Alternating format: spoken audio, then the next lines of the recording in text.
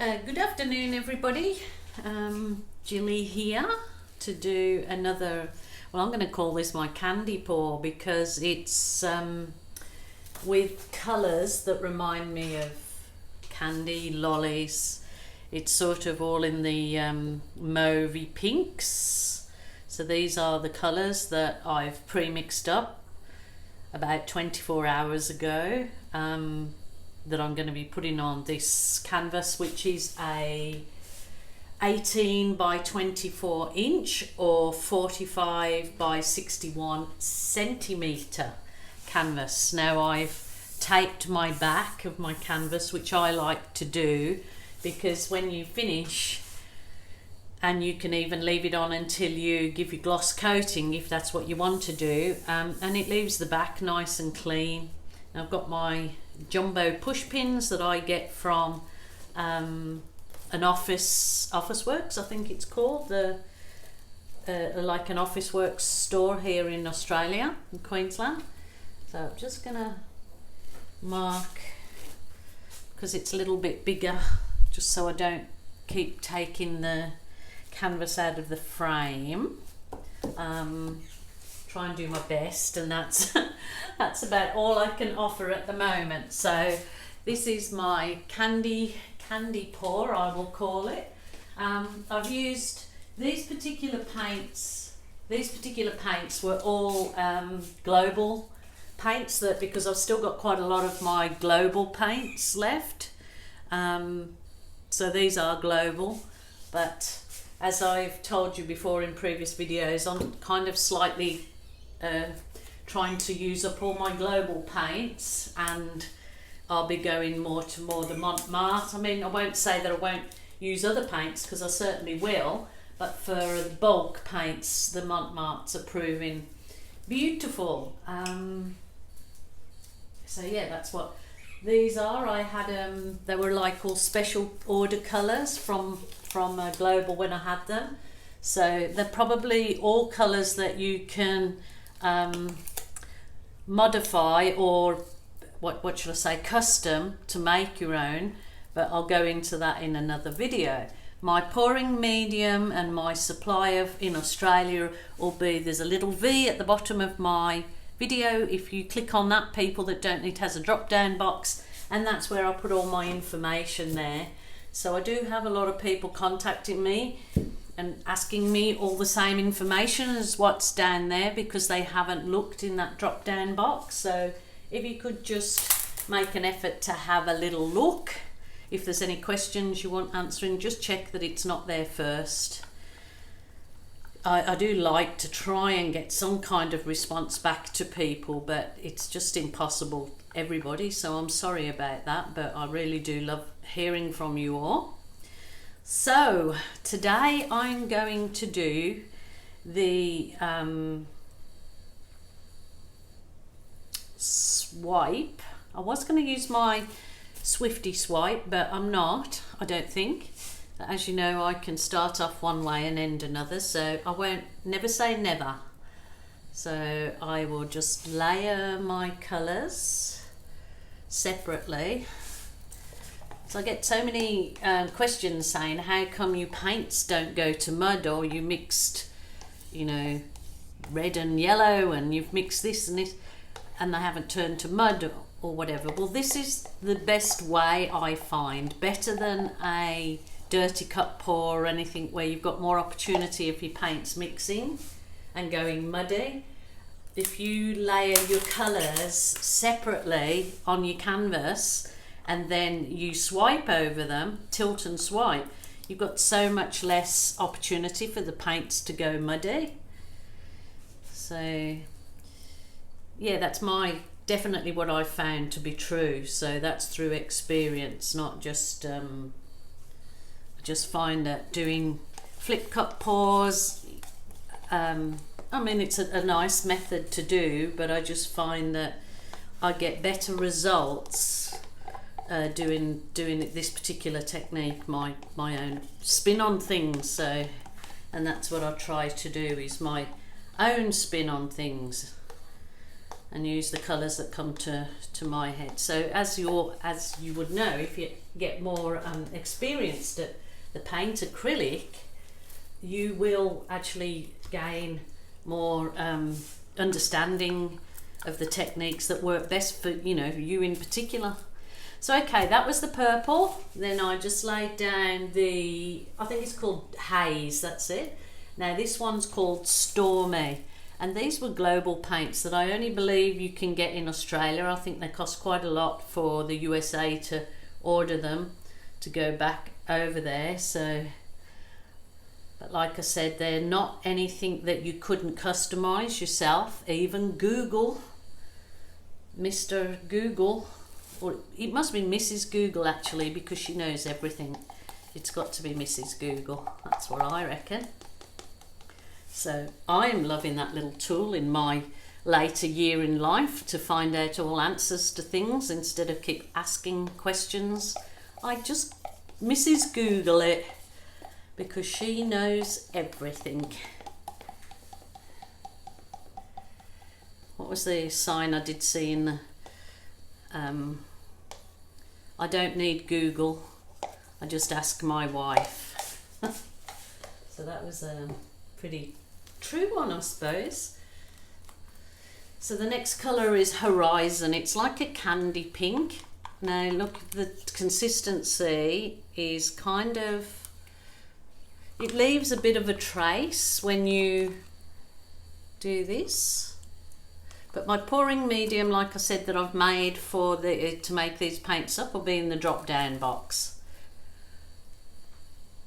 It isn't the same every time, but because I've tried, the last few months I've tried so many different pouring mediums, glues.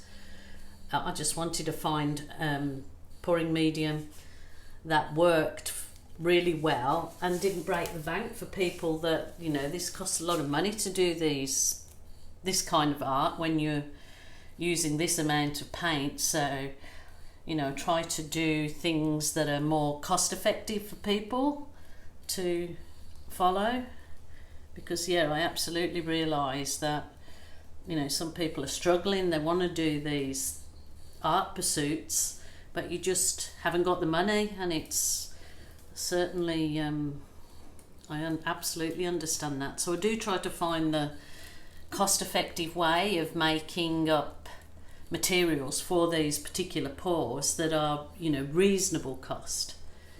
Try to find ways to still do a really good job, but finding a budget conscious way of doing it.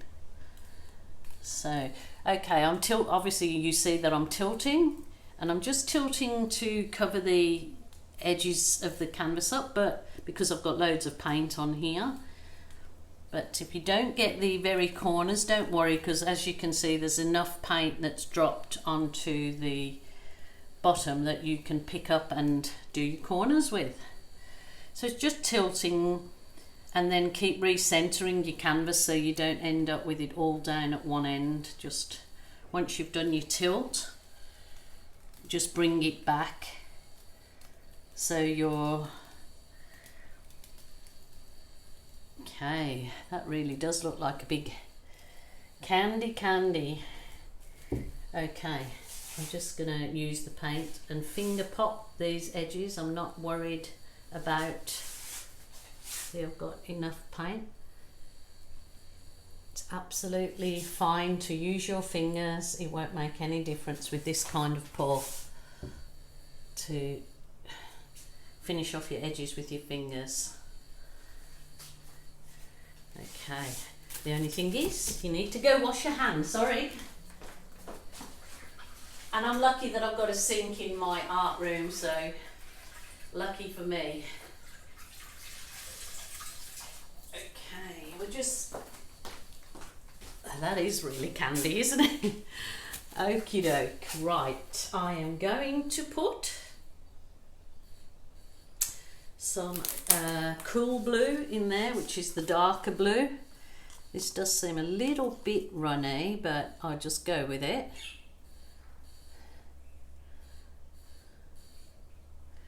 I don't want too much because this would probably take over quite a lot.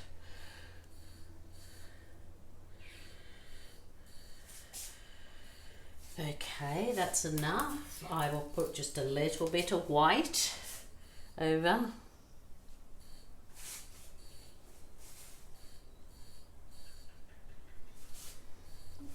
Just gently does it.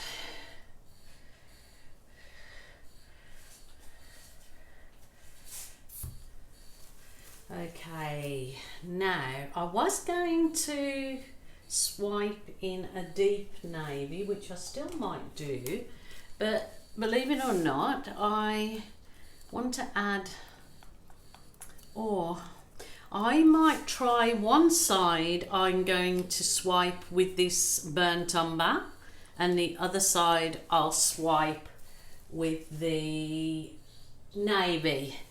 So I might do the straight down the centre, probably would be the better bet. You better, you better, you bet. That's just only a very skinny stripe, very skinny stripe, or layer of paint. Okay, get my trusty. This is what I use, are these plastic file dividers. They're great because you can rewash them. Now I've got this pesky fly, don't make me swear, go away. Okay, it's just laying the very tip of your file divider in your paint and just bring it to you nice and slow. Oop. Now I've got this paper underneath that I just wanted to use up, that something was given me that was wrapped, it was wrapped in, so but probably not a really good absorbent thing that I need, but I'll give it a go. Use up what you have. So you wipe off your file divider in between each wipe, because otherwise you could end up with muddy paint just from your okay. Oh, plonk it. Sorry, that just fell in without me being in control. That's shocking. Okay. I'm not sure whether I like that brown, but I have done brown and pinks before, and the dried product was lovely. We'll try and find it somewhere. It's around the place. I'm going to just pour this bit of navy that I'll pour the navy while I'm over there. It's the real dark navy. I'm going to pour down the opposite side. See what we come out with.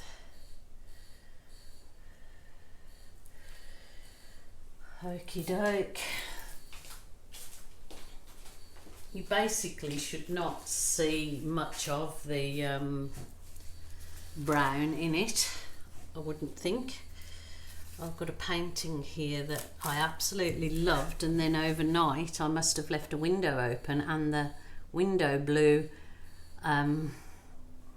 piece of a drawing that I had sitting there over the one end of my gorgeous painting. So I'm just brainstorming myself to try and think what I can do to salvage this painting, which I'll show you in a minute. It's already been a video up of it, I would think, by now. I really am really liking that blue far better than the burnt umber. So if you were to copy these colours, or you like these colours and would like to try, at least you've got the opportunity. Do you go with the burnt umber or the navy? But look at the navy's really making, it's a bit hard to, yeah, I've got a thick piece of burnt umber there.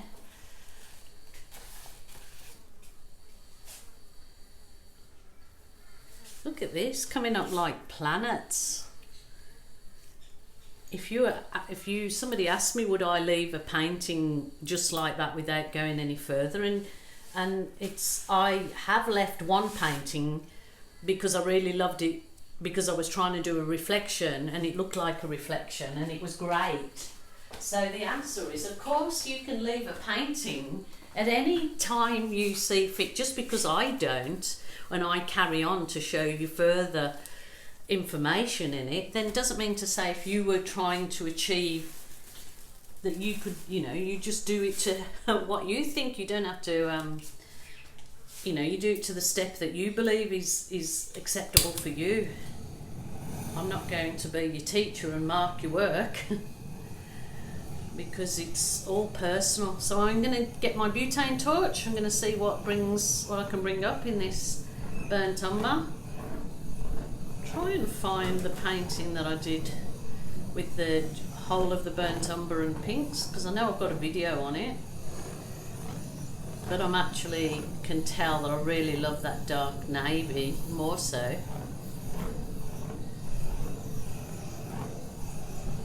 I think at this stage anyway. Never say never. At the moment it's showing quite a thick amount of the navy and the umber in the centre, but it won't after it's settled for a while and the paint basically self-levels, because that will act as the brown and the navy will act as like a negative space around the cells. But some of these cells are gorgeous. See, that one makes it really stand out because it's got that dark background against those paler pinky colours, and the brown makes it more mute at the moment. But what I'll do is I'll go away for a bit, just leave it, go and have my cup of coffee and let it recenter, absorb. It always absorbs that bit into the canvas, and all of this white colour acts as a negative space around your cells, and so always encapsulates them very nicely. I will give you a close-up on that. So if you were happy with it to that stage, you would obviously just leave it, because it is kind of like a Gemini pour that I've done before, where I did the two. It was basically a twin, but a different colour either side. So split personality pour. I'll just give you a bit of a close-up on these cells. Okay, gorgeous they are. Really lovely. Okay, thank you for watching me. If I come back and I decide to do some balloon work in it, which you know me, I love my balloon embellishing. I love it. I just love the different looks that it creates. So, but thank you for watching. Thanks so much for subscribing, and I've had some absolutely fantastic and beautiful feedback off you all, and I am very, very grateful. So thank you for that. Until next time, have a great weekend and be good. And if you can't be good, be careful. Okay, I've just popped back. I've been gone about half an hour now. So I did have a little push the balloon in it a bit earlier, and it was too wet. So I'll try again now, because I want to wrap up this video and clean up my studio. So I'm going to give it a bit of a balloon. If you liked it at this stage, then obviously you don't need to continue watching the video, move on. But if you'd like to see some balloon kissing, then hold your horses, stay with me. See, look at this, that little bit extra leaving it. You can, create more definition in your paint kissing, balloon kissing, should I say? Yeah. Okay, so I say I didn't want to do too much. Oh, look at that. It just creates such a nice effect doing the balloon kissing into the paint. Really gives it a whole life of its own. Can't believe it, my husband's just pulled up again. Every single time I'm in the middle of a video, really times it well, doesn't he? But it's getting good. He usually creeps in just in case I've got a video going. But look at that, that's gorgeous. So if this paint's like, too uninteresting in any place, just give it a balloon kiss or roll, whatever you want to do to it. Give it a roll off the edge there. Look at that. That's beautiful. Really lovely. Really lovely. Okay. Give it a bit of a roll off that way. Oh, it's pretty stunning. So you remember, be interesting for you to let me know which side you prefer, the one with the burnt umber or the one with the navy, or you like having the contrast. Look at that, it's gorgeous, really gorgeous. Give it a bit of a half swirl. Lovely, lovely. Yeah, just letting it dry off that little bit just makes the paint hold those shapes so much better. Oh yes, that's gorgeous. Shouldn't go too overboard on it, should I? She says, can somebody stop me please? Can you smack my wrist? Okay, well, one more. Just that was a bit, the paint is a bit obviously collected a bit more there, so I'll have to, oh, that is gorgeous. I'm going to step away. I'll give you a close-up and let you tell me what you prefer. But look at that, where the